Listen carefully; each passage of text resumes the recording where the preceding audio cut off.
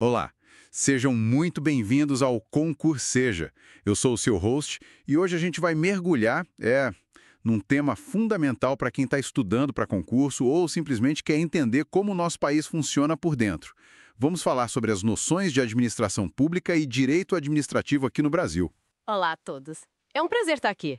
E sim, é um tema chave mesmo. Muita gente acha complicado, mas, na verdade, entendendo os conceitos básicos, tudo fica mais claro. Exato. A ideia hoje é justamente essa: pegar esses conceitos que às vezes parecem um bicho de sete cabeças e destrinchar eles de um jeito acessível. Focar nos pilares que sustentam essa máquina pública toda. Vamos nessa? Vamos lá. Então, para começar, do começo mesmo. O que é administração pública? Eu li que tem, duas formas de olhar para isso, né? Uma subjetiva e uma objetiva.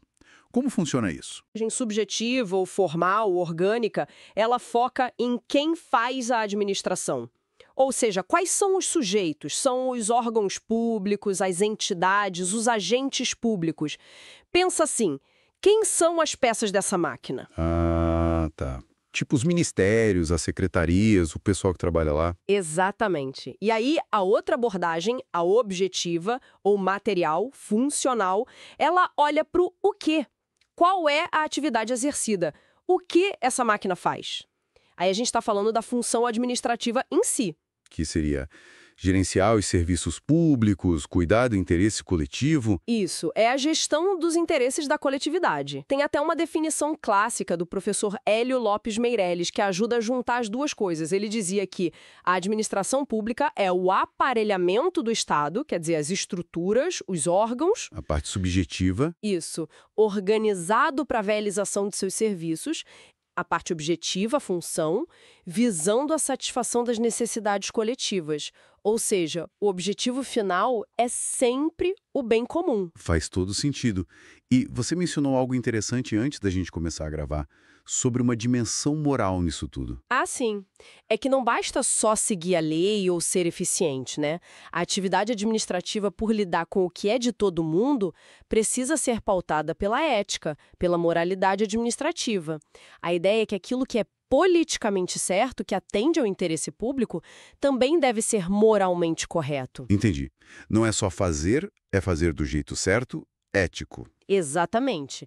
Essa busca pelo bem comum tem que ser honesta, transparente. É um princípio fundamental, inclusive está lá na Constituição. Falando em Constituição e Estado, a administração pública então não existe sozinha, né? Ela é uma ferramenta do Estado para agir. Perfeito. O Estado é a entidade maior, com aqueles elementos que a gente aprende. O governo, que é quem comanda, o povo, que somos nós, o território, o nosso espaço físico, e a soberania, que é o poder de se autodeterminar, de não dever obediência a ninguém de fora. Certo.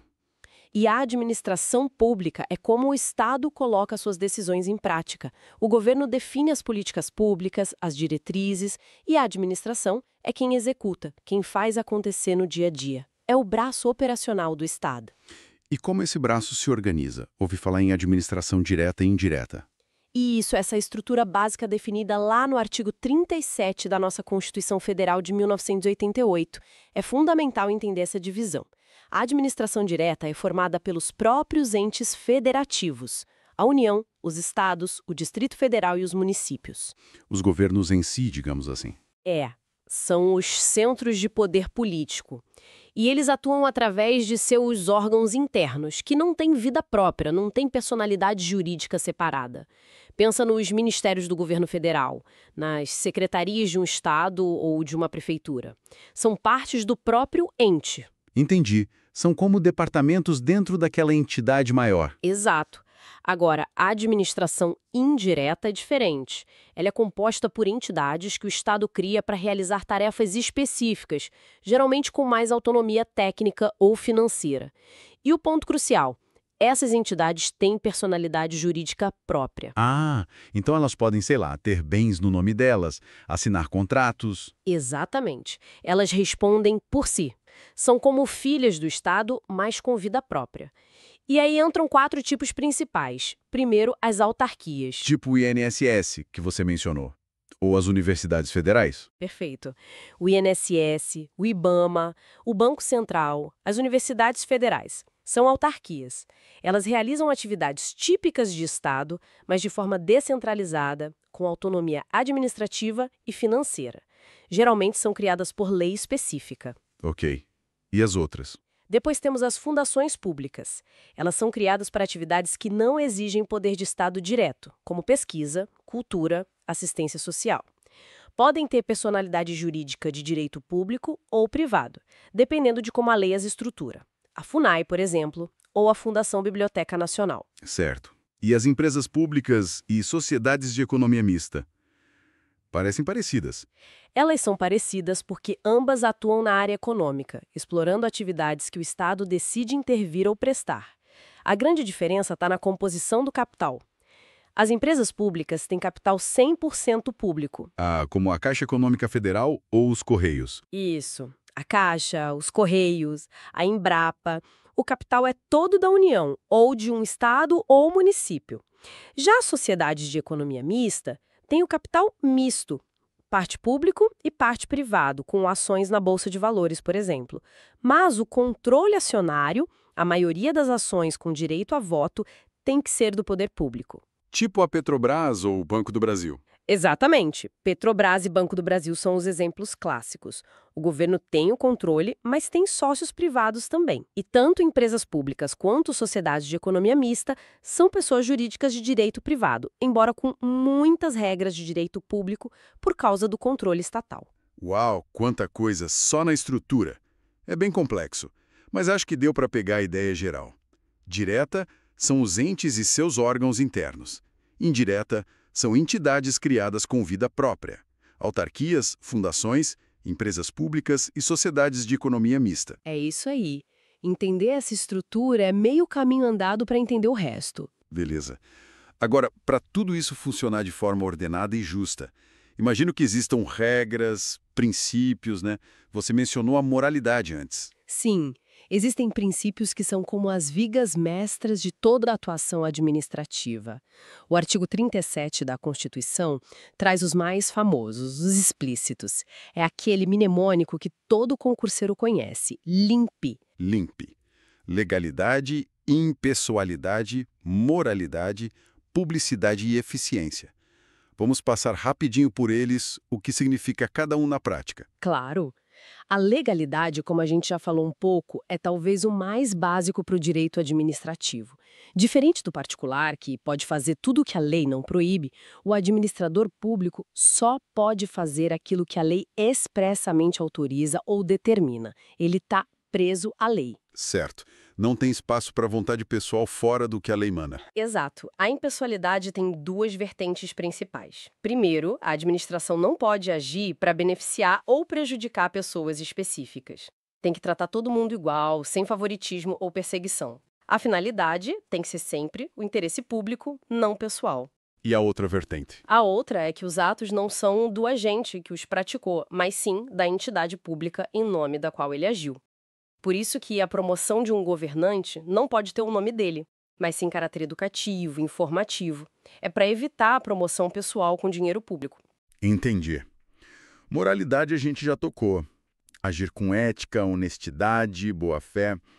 Não basta ser legal, tem que ser moral também. Isso. A publicidade é a regra da transparência. Os atos da administração têm que ser públicos, abertos ao conhecimento de todos, como regra geral. Claro que tem exceções, como segurança nacional ou investigações, mas o normal é a divulgação. É essencial para o controle. E por último, a eficiência. Esse não estava lá desde o começo, né? Não, ele foi incluído depois pela Emenda Constitucional 19 de 1998. A eficiência exige que a administração busque os melhores resultados possíveis, com a melhor utilização dos recursos disponíveis. É fazer mais e melhor com menos desperdício. Uma gestão mais gerencial. LIMP. Legalidade, impessoalidade, moralidade, publicidade, eficiência. Fechou? E tem mais algum princípio importante, mesmo que não esteja escrito assim na lata, no artigo 37? Com certeza. A doutrina e a jurisprudência reconhecem vários outros princípios implícitos que derivam do sistema constitucional como um todo. Um dos mais importantes é o da supremacia do interesse público sobre o privado. Esse parece autoexplicativo, mas o que ele implica na prática? Ele é a base de muitas prerrogativas na administração. Como ela cuida do interesse de toda a coletividade, esse interesse, em caso de conflito, geralmente prevalece sobre o interesse de um único indivíduo. É por isso que o Estado pode desapropriar um terreno para construir um hospital, por exemplo. Entendi. O bem da maioria se sobrepõe. É a lógica. Claro que isso não é absoluto, tem que respeitar direitos fundamentais, tem que ter indenização justa na desapropriação, mas o princípio norteador é esse.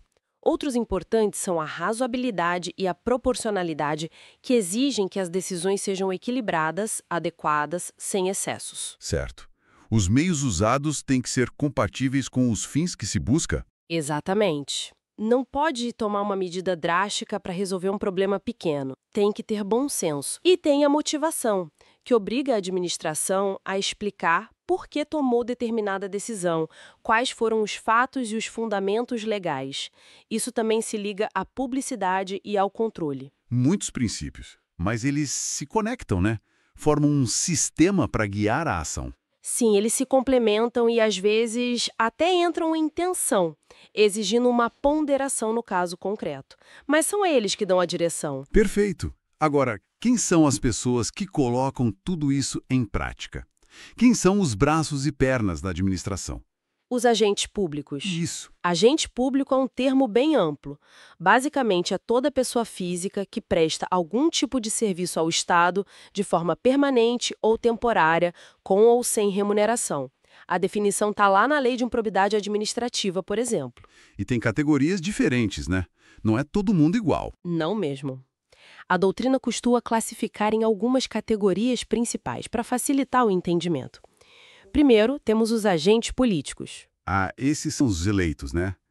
Presidente, governadores, prefeitos, senadores, deputados, vereadores. E os ministros, secretários. Também. Ministros de Estado, secretários estaduais e municipais entram aqui. São aqueles que formam a vontade superior do Estado, que definem as políticas públicas. Eles têm um vínculo mais político do que profissional com o Estado. E juízes, promotores, membros dos tribunais de contas também são considerados por parte da doutrina como agentes políticos. Ok. E depois deles? Depois, vem os servidores públicos, que é a categoria mais numerosa e a que geralmente o pessoal de concurso está de olho. São aqueles que têm um vínculo profissional e estatutário com a administração. Estatutário. O que isso quer dizer? Quer dizer que a relação deles com o Estado é definida por um estatuto, uma lei específica, e não por um contrato de trabalho normal. A lei define os cargos, os direitos, os deveres, a forma de ingresso, que geralmente é por concurso público, a remuneração. Ah, tipo a Lei 8.112/90 para os servidores federais? Exatamente. A Lei 812 é o Estatuto dos Servidores Públicos Civis da União. Cada estado e município tem o seu próprio estatuto para os seus servidores.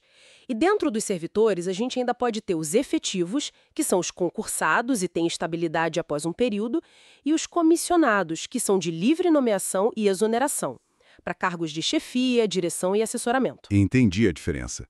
E além dos políticos e dos servidores estatutários? Temos os empregados públicos. Esses são diferentes porque o vínculo deles com o Estado não é estatutário, mas sim contratual, regido pela Consolidação das Leis do Trabalho, a CLT. Ah, como na iniciativa privada? Bem parecido.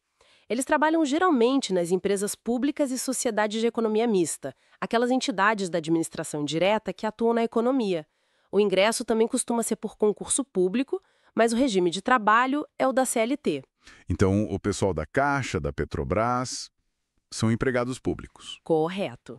E tem mais categorias.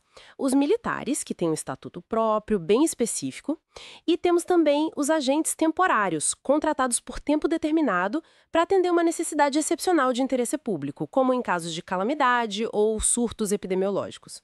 O regime deles também é especial, definido em lei. Nossa, quanta gente! E ainda tem mais! Tem mais duas categorias que, às vezes, causam confusão. Os agentes honoríficos, que são cidadãos convocados para prestar serviços relevantes ao Estado, geralmente de forma temporária e sem remuneração profissional, mas por causa da honra da função. O exemplo clássico são os jurados no tribunal do júri ou mesários em eleição. Ah, interessante. Eles não são profissionais do Estado, mas colaboram pontualmente. Isso. E, por fim, os agentes delegados. São particulares que recebem a incumbência de executar um serviço público por sua conta e risco, mas sob fiscalização do Estado. São os concessionários e permissionários de serviços públicos. Tipo a empresa que administra uma rodovia pedagiada ou uma companhia de energia elétrica. Exatamente. Eles não são servidores, mas agem em nome do Estado naquela função específica, por delegação. Então, resumindo, políticos, servidores efetivos e comissionados, empregados públicos, militares, temporários, honoríficos e delegados. Todos são agentes públicos em sentido amplo. Ufa, deu para ter uma boa visão do quem. Agora, como a administração se manifesta? Como ela toma decisões e as comunica? Pelos atos administrativos, imagino? Exato. O ato administrativo é a principal forma de expressão da vontade da administração pública. É uma declaração unilateral do Estado ou de quem age em nome dele, que tem como objetivo produzir efeitos jurídicos imediatos, ou seja, criar, modificar, extinguir direitos e obrigações, sempre sob um regime de direito público. Unilateral? Quer dizer que a administração decide sozinha? Em geral, sim. Diferente de um contrato que exige acordo de duas partes, o ato administrativo é uma imposição da vontade da administração, baseada na lei, claro. Pensa numa multa de trânsito, numa licença para construir, numa nomeação de servidor. São decisões da administração que geram efeitos. E esses atos têm umas características especiais, né? Li sobre presunção de legitimidade e autoexecutoriedade. O que são?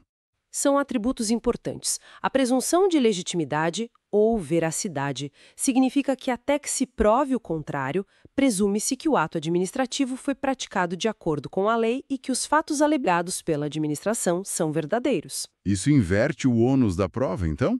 Quem discorda é que tem que provar que o ato é ilegal? Exatamente. Isso dá agilidade para a administração. Se não fosse assim, a cada multa, a cada licença, teria que se provar tudo do zero. Claro que essa presunção não é absoluta, ela pode ser derrubada por prova em contrário, na via administrativa ou judicial. Entendi. E a autoexecutoriedade?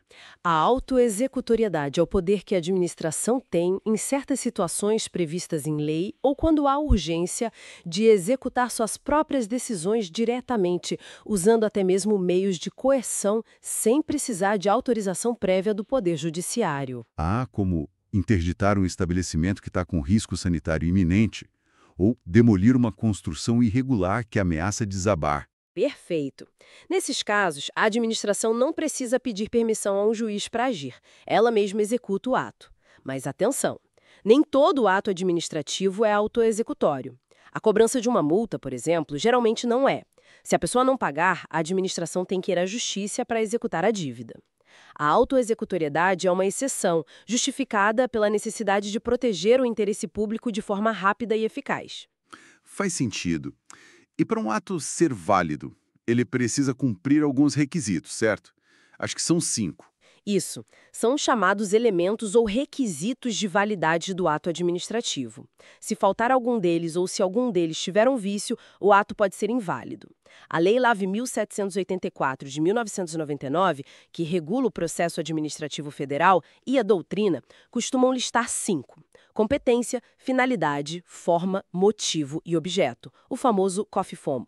COFFIFOMO. Adorei o mnemônico. Vamos lá. Competência. Competência é quem pode praticar o ato. A lei define qual agente ou órgão tem atribuição para tomar aquela decisão específica. Se um agente incompetente pratica o ato, ele é inválido. A competência, em regra, não pode ser transferida, a não ser nos casos de delegação ou avocação previstos em lei. Ok.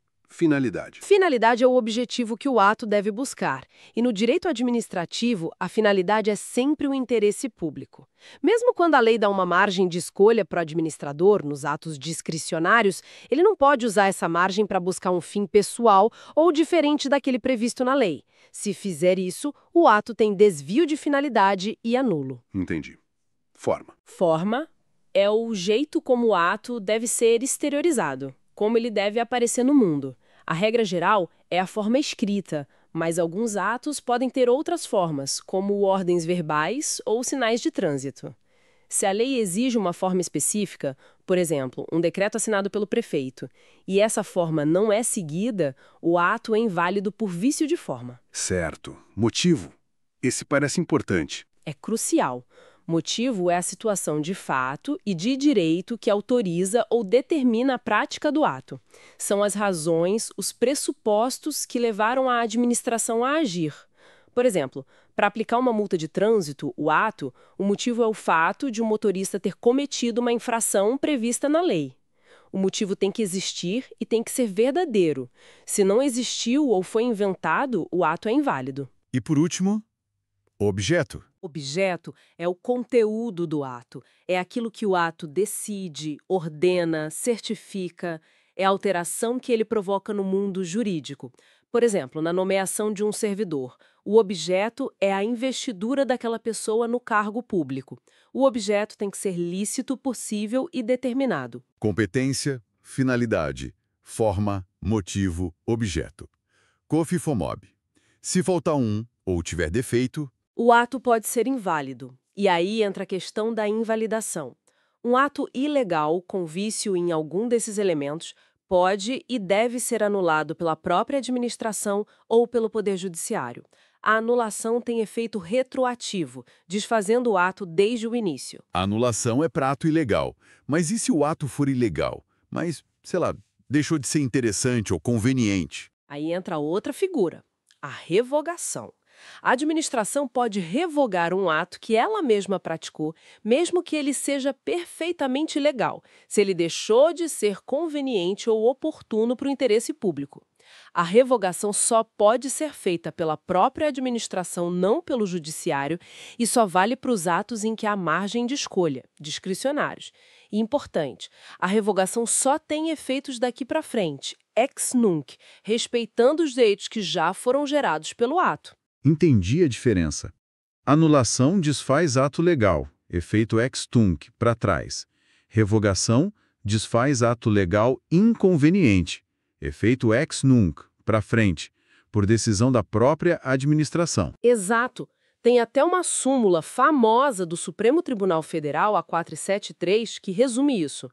A administração pode anular seus próprios atos quando eivados de vícios que os tornam ilegais, porque deles não se originam direitos, ou revogá-los por motivo de conveniência ou oportunidade, respeitados os direitos adquiridos e ressalvada em todos os casos a apreciação judicial. Perfeito. Agora, para fazer tudo isso, para tomar decisões, para impor sua vontade, a administração usa o quê? Os poderes administrativos. Isso. Os poderes administrativos não são um fim em si mesmos, mas sim instrumentos, ferramentas que a lei dá à administração para que ela possa cumprir suas finalidades de interesse público.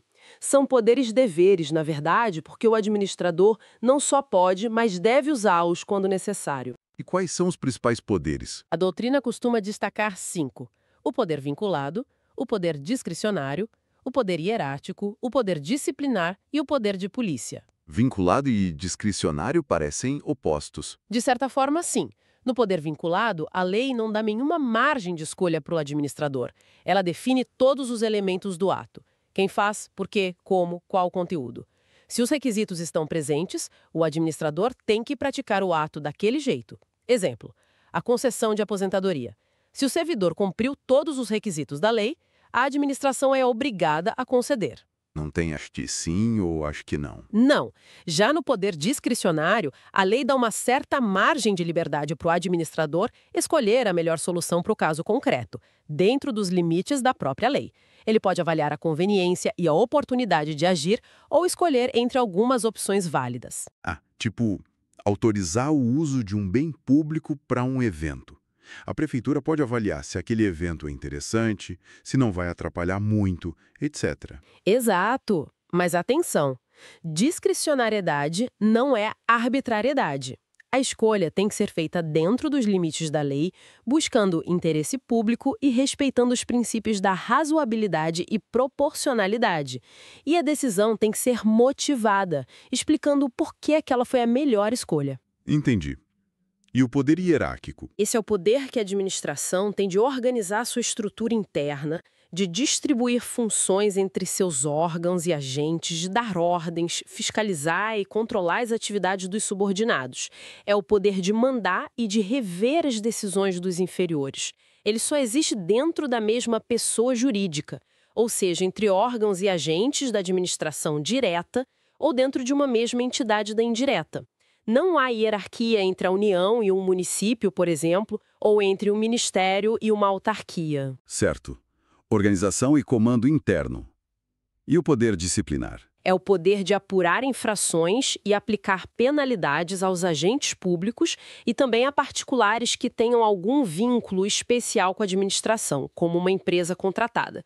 Se um servidor comete uma falta funcional, a administração tem o poder-dever de instaurar um processo administrativo disciplinar, o famoso PAD, e, se comprovada a falta, aplicar a sanção cabível, advertência, suspensão, demissão. Para manter a ordem e a responsabilidade interna. Isso. E, por último, o famoso poder de polícia. Esse a gente sente mais no dia a dia. O que ele é exatamente? Não é só a polícia ostensiva, né? Não, de forma alguma. O poder de polícia administrativa é a faculdade que o Estado tem de limitar ou condicionar o exercício de direitos e atividades individuais em prol do interesse coletivo.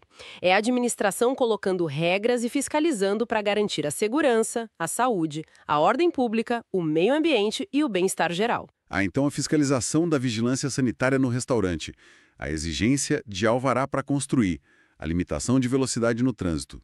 Tudo isso é poder de polícia. Exatamente. É a administração dizendo, olha, você tem o direito de ter um restaurante, de construir, de dirigir, mas para garantir o bem de todos, você precisa seguir essas regras aqui.